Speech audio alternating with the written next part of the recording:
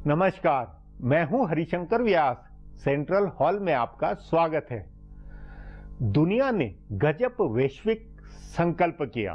Paris में सभी देशों ने माना कि हां, पृथ्वी को जलवायु परिवर्तन से खतरा है। इस समझदारी के बनने का ही नतीजा है जो दुनिया के सभी देशों ने जीने के अंदाज को बदलने की सहमति दी।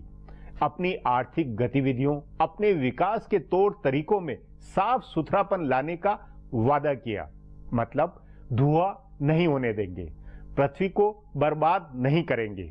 हां, पेरिस में जलवायु परिवर्तन को लेकर जो वैश्विक सहमति हुई है वह मानव इतिहास की पृथ्वी को बचाने की पहली अहम कोशिश है। पेरिस में तय हुआ कि पृथ्वी के तापमान को 2 डिग्री सेल्सियस से अधिक नहीं बढ़ने देंगे, उसे 1.5% पर बांधने की कोशिश होगी। सन 2050 तक जलवायु में उतनी ही गैसों का उत्सर्जन होगा जिसे जंगल और सागर सोख सके। पेरिस में हुआ समझौता न बाध्यकारी है और न उल्लंघन पर सजा का प्रावधान है, न ही विकसित बनाम विकासशील देशों का झगड़ा है। विकसित देशों ने समझदारी दिखाई तो भारत और चीन ने भी अपने को बांधा।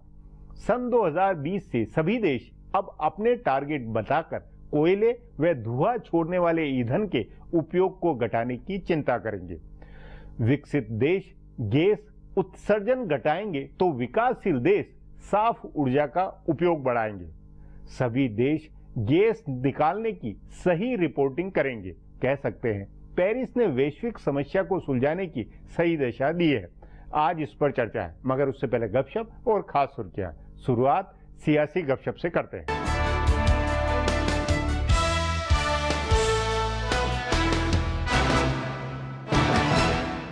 ऐसा लग रहा है कि मरकजी हुकूमत वजीर आजम नरेंद्र मोदी की परछाई से निकल रही है। हुकूमत के पहले करीब 1.5 साल में हर तरफ इस बात की बहस थी कि हुकूमत में सब कुछ अकेले एक आदमी कर रहा है और वो आदमी मोदी है। कांग्रेस नायब सदर राहुल गांधी भी हर रैली में ये कहते रहे हैं कि बीजेपी में सिर्फ एक आदमी ही फैसले करता है। लेकिन बिहार असेंबली इंतखाबात के बाद हुकूमत बदली है। सीनियर वुज़रा ज्यादा मुतहर्रिक हो गए हैं और बाज़ाब्ता तौर पर ज्यादा नजर आने लगे हैं। पाकिस्तान के साथ मज़ाकरात के मामले में सुषमा स्वराज ने कमान संभाली। मुकम्मल मज़ाकरात का एजेंडा तय कराने से लेकर दहशतगर्दी के मसले पर बात के लिए पाकिस्तान को तैयार करने में उन्होंने बड़ा किरदार अदा किया। इससे पहले कई अहम स्ट्रेटेजिक फैसलों की इत्तला उनको बाद में मिली थी। इसी तरह जीएसटी पर अरुण जेटली और वेंकैया नायडू भागदौड़ करते रहे हैं। इन दोनों रहनुमाओं ने कांग्रेस के साथ रस्मी और गैर रस्मी बातचीत की है। मरकजी वजीर दाखिला राजनाथ सिंह की भी सरगर्मी बढ़ी है। वो एक तरह से हुकूमत का चेहरा बनकर उभरे हैं। अदम बर्दाश्त से लेकर नेशनल हेराल्ड मामले में उन्होंने दमदार तरीके से पार्टी की बात रखी है। इसी तरह से वजीर दिफा मनोहर पर्रिकर और वजीर रेल सुरेश प्रभु का मामला है। दोनों वजीर अपनी वजारत के कामकाज में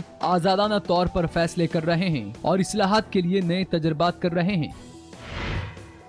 बीजेपी और हुकूमत के पार्लियामानी मैनेजरों और दीगर रहनुमाओं ने क्या राहुल गांधी की अनदेखी करके बड़ी गलती की है? क्या अगर जीएसटी के मसले पर राहुल गांधी के साथ बातचीत हुई होती तो मसला सुलझ जाता? ऐवान के गलियारों में इन 2 सवालों की बड़ी बहस है। जीएसटी पर रजामंदी बनाने के लिए वजीर आजम नरेंद्र मोदी ने कांग्रेस सदर सोनिया गांधी और साबिक वजीर आजम मनमोहन सिंह को बुलाया था। कहा जा रहा है कि अगर उसी वक्त वो राहुल गांधी को भी बुला लेते तो शायद बात बन जाती। इसकी वजह यह है कि ऐवान का इजलास शुरू होने से काफी पहले अरुण जेटली ने कहा था कि वो जीएसटी पर राहुल गांधी समेत कांग्रेस के किसी भी रहनुमा से बात करने के लिए तैयार हैं। वो राहुल से मिले भी, लेकिन वो मुलाकात शादी की दावत देने के लिए थी। जीएसटी पर रस्मी बात कांग्रेस के दीगर रहनुमाओं से ही हो रही है। जेटली और वेंकैया नायडू ने भी गुलाम नबी आजाद, आनंद शर्मा और ज्योतिरादित्य सिंधिया से मुलाकात की। अब वजीर पार्लियामानी उमूर वेंकैया नायडू ने कहा है कि वो राहुल गांधी से मुलाकात के लिए तैयार हैं, लेकिन अब हुकूमत के पास वक्त काफी कम बचा है और कांग्रेस के साथ हुकूमत और बीजेपी का जैसा टकराव हो गया है, उसे देखते हुए इस बात के इम्कानात कम नजर आ रहे हैं कि कांग्रेस अपनी शर्तें छोड़ने पर राजी होगी। कांग्रेस पार्टी में इन दिनों तारीखी भूल कबूल करने का मौसम चल रहा है। हिंदुस्तान में इसकी रिवायत कम ही रही है, खासकर सियासत में। एक बार मुल्क की सबसे बड़ी कम्युनिस्ट पार्टी सीपीएम ने जरूर बाज़ाब्ता तौर पर कहा था कि 1996 में ज्योति बसु को मुल्क का वजीर आजम नहीं बनाना पार्टी की तारीखी भूल थी। उस वक्त इत्तेहाद की हुकूमत की क़यादत करने के लिए ज्योति बसु सबकी आम पसंद थे, लेकिन पार्टी पॉलिट ब्यूरो और सेंट्रल कमेटी ने इनकार कर दिया था। बहरहाल अब कांग्रेस पार्टी पुरानी तारीखी भूलों को कबूल कर रही है। सबसे पहले पी चिदम्बरम ने कहा कि मशहूर मुसन्निफ सलमान रुश्दी की किताब पर पाबंदी लगाना राजीव गांधी हुकूमत की भूल थी। कांग्रेस रहनुमाओं ने हालांकि उसे इनकी जाती राय बताकर खारिज किया, लेकिन उसके बाद भी जिस तरह से वो राहुल गांधी के करीबी बने रहे, उससे ऐसा लग रहा है कि पार्टी आला कमान उनकी बात से रजामंद है। इसके बाद आम इंतखाबात में पार्टी के चीफ व्हिप ज्योतिरादित्य सिंधिया ने कहा कि मुल्क में इमरजेंसी लगाना बड़ी भूल थी। ये कांग्रेस के लिए बड़ा हसास मामला है, लेकिन इस पर भी सिंधिया के खिलाफ कोई आवाज नहीं उठी। इसलिए अब कयासारा ये लगाई जा रही है कि कांग्रेस का कौन नेता कब दिल्ली के सिख मुखालिफ फसादात, शाहबानो केस और राम मंदिर का दरवाजा खोलने जैसे मसलों को तारीखी भूल बताने वाला बयान देता है। अब आज की सुर्खियां ये लीक से कुछ हटकर है और इनसे देश की दशा दिशा को बूझ सकेंगे।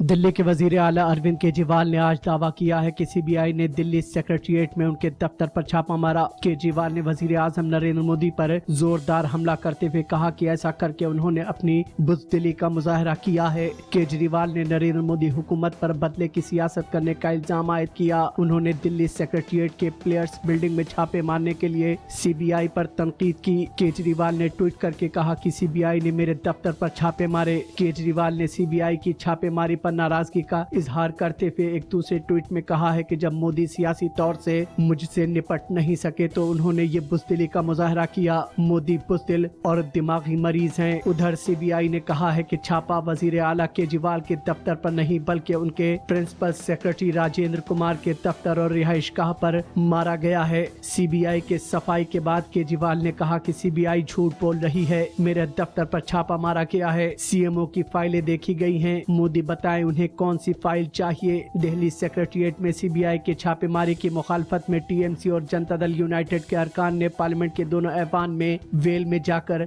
नारेबाजी की। राज्यसभा में मरकजी वजीर मालियात अरुण जेटली ने कहा कि सीबीआई ने छापे हुकूमत दिल्ली के प्रिंसिपल सेक्रेटरी राजेंद्र कुमार के दफ्तर में मारे हैं, वजीर आला केजरीवाल के दफ्तर में नहीं।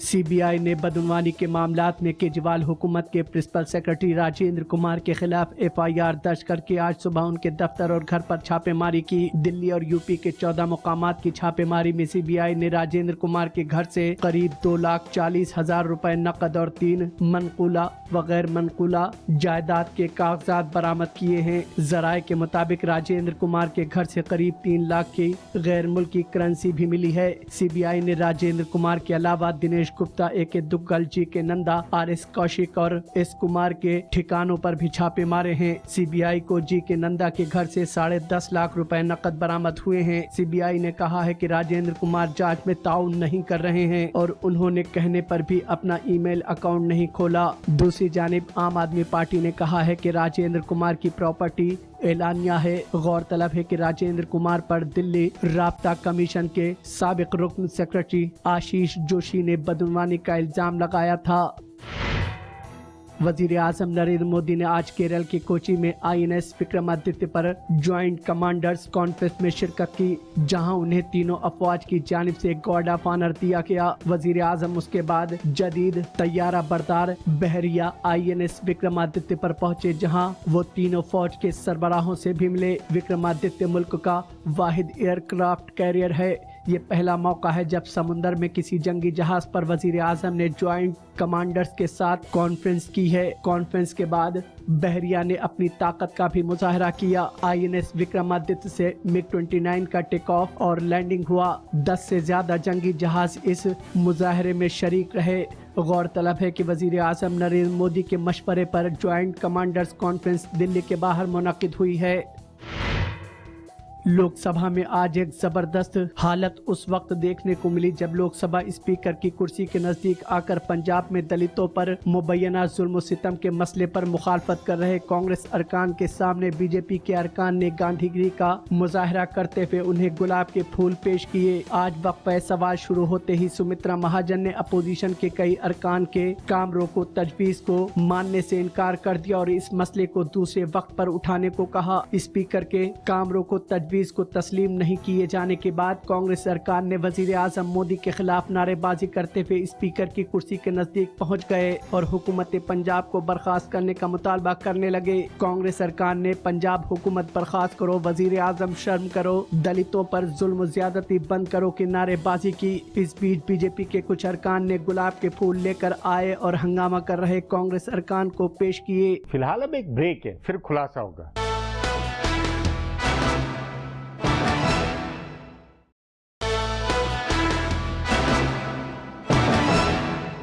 अमीर देशों ने गरीब देशों को साफ सुथरी ऊर्जा तकनीक उपलब्ध करवाने की सहमति दी है। 2020 तक 100 अरब डॉलर की मदद का भरोसा भी दिया है। चीन भी अपने योगदान के लिए तैयार हुआ है। ऐसे ही छोटे टापू देशों के डूबने या जलवायु संबंधी आपदा के हट जाने की बात हुई है। मतलब पेरिस रजामंदी में कई नई बातें जुड़ी है। इस पर आगे चर्चा करें उससे पहले देखें मेरा ये खुलासा।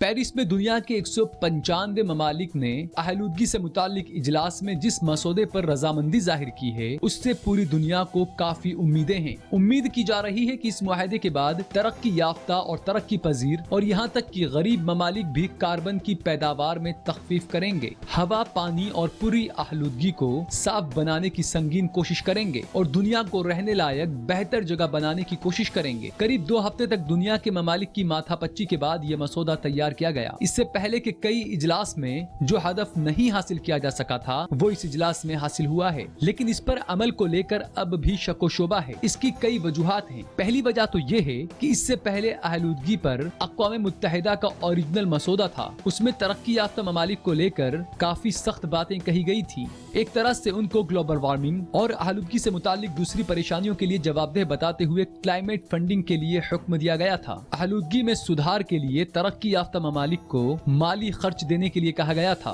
पेरिस के मुआहदे में इस बात पर थोड़ी नरमी बरती गई है। इसके अलावा ये कंफ्यूजन भी छोड़ दिया गया है कि क्लाइमेट फंडिंग क्या है। ऐसे में तरक्की याफ्ता ममालिक तरक्की की सरगर्मियों के लिए दिए जाने वाले पैसे और कर्ज को क्लाइमेट फंडिंग कह सकते हैं। तभी हिंदुस्तान के वजीर माहौलियात प्रकाश जावड़ेकर ने कहा कि ये दस्तावेज ज्यादा ख्वाहिशात को जोड़ने वाले होने चाहिए क्योंकि तरक्की याफ्ता ममालिक की तारीखी जवाबदेही है। इसके अलावा पेरिस के दस्तावेज में कहा गया है कि तरक्की याफ्ता ममालिक समेत सभी ममालिक को कार्बन पैदावार कम करने के लिए इकदाम करने होंगे। इसका मतलब है कि तरक्की याफ्ता ममालिक की तरक्की की सरगर्मियों पर असर पड़ सकता है। तरक्की पजीर ममालिक के लिए जवाबदेही और मुआवजे का उसूल भी इसमें नहीं है। हालांकि एक अच्छी बात ये भी है कि इसमें तकनीकी ताउन बढ़ाने का जिक्र किया गया है। पहले दुनिया के कई तरक्की पजीर ममालिक कई मुआहदों और कानून की वजह से साफ तवानाई की तकनीक तरक्की याफ्ता ममालिक के साथ साझा नहीं करते थे, लेकिन इस मुआहदे के बाद उम्मीद जताई जा रही है कि तरक्की याफ्ता ममालिक को भी साफ तवानाई की तकनीक मिलेगी। इसके बगैर तरक्की की सरगर्मियों को जारी रखना और कार्बन पैदावार में तखफीफ करना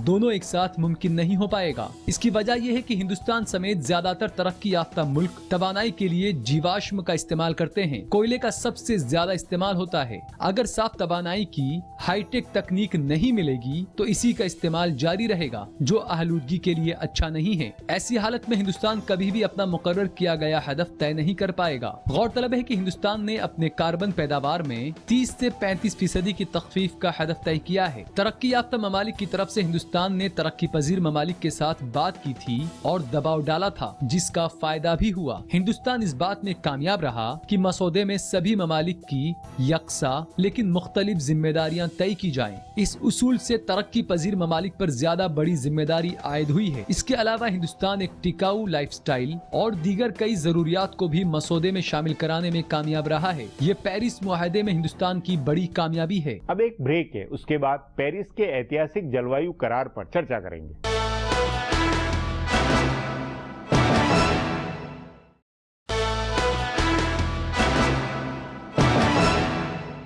1,00,000% का सवाल है कि जो समझौता बाध्यकारी या बिना दंड के प्रावधान के, उस पर क्या ईमानदारी से अमल हो सकेगा?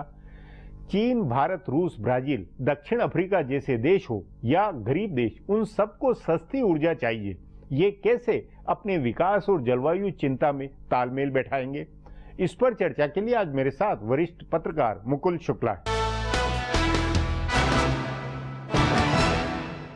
शुक्ला जी, शायद मानव सभ्यता के इतिहास में पहली बार ऐसा हुआ होगा कि सभी देशों ने मिलकर पृथ्वी को बचाने की चिंता की और उसमें पेरिस को लेकर रजामंदी बनी है। ये अपने आप में मानव इतिहास का तो एक अनहोना मामला है ही है, लेकिन इसकी जो बारीकियां हैं इस करार की, इस रजामंदी की, वो बारीकियां किस तरह की है? देखिए, सबसे बड़ी बात है कि लगभग 190 देशों ने ये कॉन्फ्रेंस चल रहा था इस महीने के शुरू से ही, और एक्चुअली पिछले महीने से ही शुरू हो गया था। तो काफी क्या कहते हैं, काफी डेलिब्रेशंस के बाद, काफी बार्गेनिंग के बाद बिटवीन डेवलप्ड कंट्रीज और डेवलपिंग कंट्रीज 4 प्रस्ताव तो चले गए। ये 5वां फाइनल प्रस्ताव है जो फ्रांस के फॉरेन मिनिस्टर ने फाइनली अनाउंस किया सैटरडे। तो सबसे बड़ी बात इसमें यह है कि सब देशों ने ये जिम्मेवारी ली है कि जो ग्लोबल वार्मिंग है, टेम्परेचर को 1.5 डिग्री से 2 के बीच में रखना है। हाँ, एक्चुअली 2 डिग्री भी नहीं जाने देंगे, उससे कम करेंगे। हाँ, उससे कम पे। इसके पीछे कारण ये है कि सबको पता है कि अगर ग्लोबल वार्मिंग होगी तो सब मरेंगे। ये नहीं है कि डेवलप्ड कंट्रीज बचे रहेंगे और डेवलपिंग कंट्री नहीं सिर्फ दुखी होंगे, या सिर्फ डेवलपिंग कंट्रीज को कुछ नहीं होगा और डेवलप्ड कंट्रीज डूबेंगी। तो ये साझी जिम्मेवारी थी और इसलिए बार्गेनिंग करते करते अंत में ये लोगों ने बड़ी होशियारी दिखलाई है और ये सब ने मान लिया। लेकिन ये समझौता न बाध्यकारी है, न कोई उल्लंघन, अगर अपने टारगेट को पूरा नहीं करे तो न उसमें दंड है। तो ये एक तरह से स्वैच्छिक जो रजामंदी है, इससे क्या सचमुच में अमल हो सकेगा? भरोसा बनता है? जी देखिए, जो चीज स्वेच्छा से की जाती है वो चीज अपने आप होती है। जहां पर दंड का प्रस्ताव होता है वो चीजें डंडा चला करके आप पूरी दुनिया को नहीं चला सकते। एक अपने घर को नहीं चलाना डंडे से बड़ा मुश्किल हो जाता है, आपको बताइए। तो ये तो दुनिया का मामला है। तो स्वेच्छा से जो लोगों ने माना है वो बहुत बड़ी बात है। और स्वेच्छा से ये मानना है कि सचमुच में ये बड़ा गंभीर संकट है और इसमें हमें करना, ये अपने आप में बड़ी बात है। सबसे बड़ी बात यही है कि देखिए, ये कम से कम 92 से चला जा रहा है। हाँ, उसके बाद 97 में अपना ये फिर कायोटो हुआ, कोपेनहेगन हुआ, 10 तारीख बाद। ये तो इस इतने सालों के बाद मान लीजिए कि 20 साल के बाद भी अगर हम इस जगह पर आ गए हैं जहां पर स्वेच्छा से पूरी मानव जो समाज है वो मान रहा है इस बात को, ये अपने आप में सबसे बड़ी बात है, सबसे बड़ी उपलब्धि ये। और एक बात और है कि डेवलप्ड कंट्रीज ने भी ये माना कि भाई उनकी जिम्मेवारी है, उनको पूंजी देना पड़ेगा, उनको टेक्नोलॉजी तकनीकी मुहैया करनी पड़ेगी, ताकि जो डेवलपिंग कंट्रीज हैं वो साफ स्वच्छ एनर्जी का इस्तेमाल कर सके। नहीं, लेकिन फिर एक बुनियादी तौर पर कि औद्योगिक क्रांति के बाद पूरी तरह से ये जो आज का मुकाम है ये विकसित देशों की बदौलत है, ब्रिटेन, अमेरिका, इनकी बदौलत, क्योंकि इन्होंने सबसे ज्यादा कोयला जलाया, सबसे ज्यादा पेट्रोल और गैसें छोड़ी है। उस नाते वो अपनी जिम्मेवारी के प्रति उतने ही संजीदा या सचमुच में मदद करने को लेकर तत्पर लगते हैं, या वो भी दिखावे वाला मामला होता है? वो लगता है नहीं। देखिए, अब ऐसा है ना कि जहां पर सबके बचने का, ये पृथ्वी का मामला था। हाँ, ये अब अगर हम आप एक दूसरे को गाली देने लगेंगे या एक दूसरे पर दोषारोपण करने लगे तब तो कोई बात बनती नहीं है ना। पर ये आज तक 20 साल से यही होता रहा, तो अब ये पेरिस में कैसे बदला, माहौल कैसे बदला? इसलिए कि जो हालत अभी एंटार्क्टिक में है, आर्कटिक में है, और आपने देखा बाकी ग्लेशियर में है, ग्लेशियर्स में है, अपने यहाँ गंगा का ग्लेशियर सिमटता जा रहा है। सब जगह यही हालत, बेमौसम बाढ़ आ रहे हैं, बेमौसम बारिश हो रही है। तो इतने सालों में सबको एहसास होने लगा है कि चलो भाई, अब उन्होंने जो किया, अब कोई कहीं भी कुछ चीज होगी तो कोई पहले करेगा, कोई बाद में करेगा। पूरा मनोविज्ञान हाँ, बदला, हाँ, क्योंकि अब दिल्ली के अंदर भी अगर गैस में और दिल्ली का ही अपन अब महसूस कर रहे हैं तो हमें भी लग रहा है कि नहीं, कुछ न कुछ तो होना चाहिए। बिल्कुल। और दोषारोपण करने से कोई काम बनता नहीं। लेकिन अभी भी जो हुआ है CBDR नाम, कॉमन बट डिफरेंशिएटेड रिस्पॉन्सिबिलिटी, ये क्या है? अब इसमें ये है कि रिस्पॉन्सिबिलिटी सबकी है, लेकिन डेवलप्ड कंट्रीज की रिस्पॉन्सिबिलिटी सबसे ज्यादा है, जिस पर समझौता हुआ है उसमें बड़ा क्लियर है। और हमारे जो एनवायरनमेंट मिनिस्टर हैं जावड़ेकर साहब, जो जावा प्रोग्राम के माहिर हैं तो उनको जो बड़े क्या कहते हैं एग्रेसिव मूड में गए थे, वो भी खुश हैं। तो लेकिन भारत के हिसाब से देखा जाए तो भारत के हिसाब से समझौता ये जो रजामंदी हुई ठीक हुई है या क्या रही? नहीं, भारत ने तो बड़ी खुशी जाहिर की है कि हमारी बात मान ली गई है कि यही CBDR जो मैं कह रहा था, जो साझी जिम्मेवारी है लेकिन डिफरेंशिएटेड, हाँ, कि डेवलप्ड कंट्रीज की जिम्मेवारी ज्यादा है। भारत अपनी अभी जो प्लान है उसका या जो भी एक प्रोजेक्ट है वो चलते रहेंगे। हाँ, वो चलते रहेंगे। और सबसे बड़ी बात है कि अब जैसे हम लोग पिछली बार भी बात कर रहे थे, अब ये तकनीकी आएंगी, वेस्टर्न कंट्री, वही सौर ऊर्जा और ये तमाम जो सौर ऊर्जा तो है, क्लीन कोल की टेक्नोलॉजी भी है। कोल को आप गैसीफाई करके आप प्रोड्यूस कर सकते हैं, थर्मल, वो भी तकनीक मिल सकती है। वो है, लेकिन लार्ज स्केल पर हम उसका क्या कहते हैं उपयोग नहीं कर पाए, हमारे पास तो तकनीक नहीं। तो ये सब तकनीकी आएंगे तो अपने आप जो एमिशन उस नाते भारत के हित में भी ये ठीक रहा है, भारत के लिए कोई वो दिक्कत वाली बात नहीं है। पिछली बार भी हमने बात किया तो हमने कहा था भारत को कोई ज्यादा चिंता की बात नहीं, भारत की बात मानी जाएगी। और वही हुआ, भारत ने काफी नेतृत्व भी किया और अपना हित भी साधा। रिस्पॉन्सिबल लीडरशिप अपनी जो डेवलपिंग कंट्रीज की तरफ से करना था, भारत ने किया। जी शुक्ला जी, बातचीत को यहीं समाप्त करेंगे। प्रोग्राम में आने के लिए बहुत बहुत धन्यवाद। हमारा प्रोग्राम अब यहीं खत्म होता है। आग्रह है कि प्रोग्राम पर अपनी राय hsvyas@nayaindia.com पर ईमेल करके बताएं या hsvyas@twitter पर जाहिर करें। अब कल फिर मिलेंगे इसी चैनल पर इसी समय।